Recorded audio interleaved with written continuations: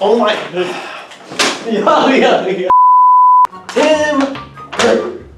Chances are, if you've been around since like the late 90s, early 2000s, you've at least seen one of these classic films. And, you know, of course, we have this lovely mug to thank for it. Honestly, I'll give him a 5 out of 10. I can't believe he got married before I did, but hey, I guess we ball. August 25th, 1958, Burton was born in Burbank, California. Mama was a cat-themed shop owner, while Papa was too busy dreaming about his glory days in the minor league baseball field. And of course, you know, like any father in the 50s, wanted his son to follow in that bloodline. But Burton, as any goth would, decided to do his own thing, which just so happens to be the dark arts.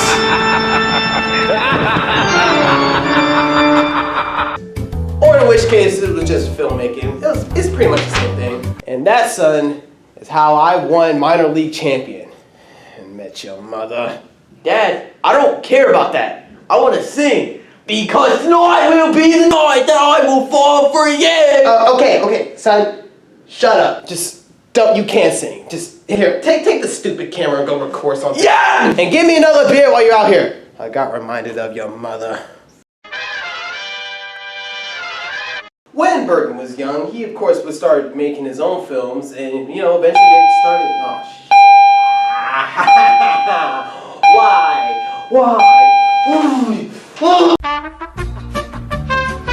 When Burton was young, he would start developing his own films just around his backyard, using techniques such as claymation and stop motion animation, which, you know, garnered the attention of probably the biggest company, but also kind of the soulless, you know, Walt Disney Studios. And the movie they decided to develop together was freaking Tron, dude. Tron?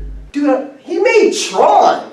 But of course it wasn't until like 1988 when Burton's talent like really popped off, when he made probably my favorite movie of his, Beetlejuice. If you know anything about Beetlejuice, that was a great movie. And of course that skyrocketed his reputation as a producer. He started working on 2 Batman films with Jim Carrey and Arnold Schwarzenegger, along with, you know, stuff like The Nightmare Before Christmas. Is The Nightmare Before Christmas a Halloween or Christmas movie? You decide that.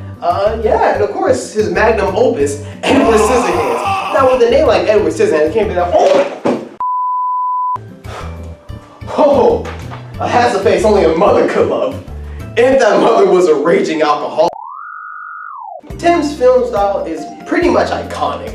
I mean, you can just look at it and just tell it was done by, you know, none other than him himself. You know, from like twisted colors, how the background just like feels so gritty and dark, but at the same time it just feels whimsical and natural at the same time. It's very unorthodox, but actually really nice. You know, just like goth women.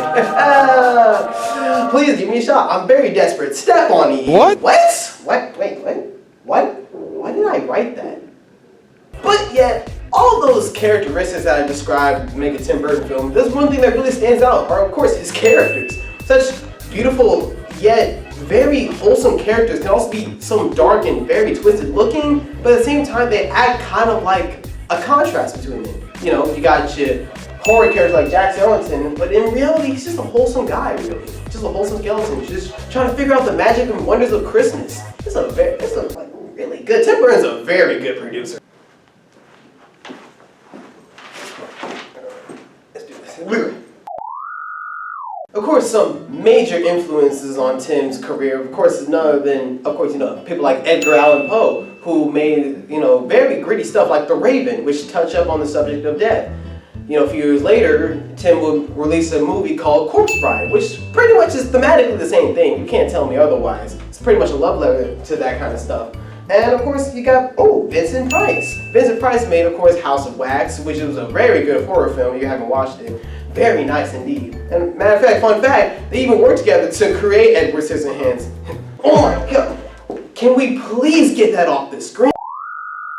You know, it's hard not to find glimpses and remnant of course, Tim's legacy in other films, especially starting in the late 2000s, early 2010s. I mean, you got your stuff like Box Trolls, Paranorman, Monster House even, Coraline, which is a really good film as well. You know, and basically anything that involves kind of like stop motion, but at the same time it also involves dark comedies and like light horror elements.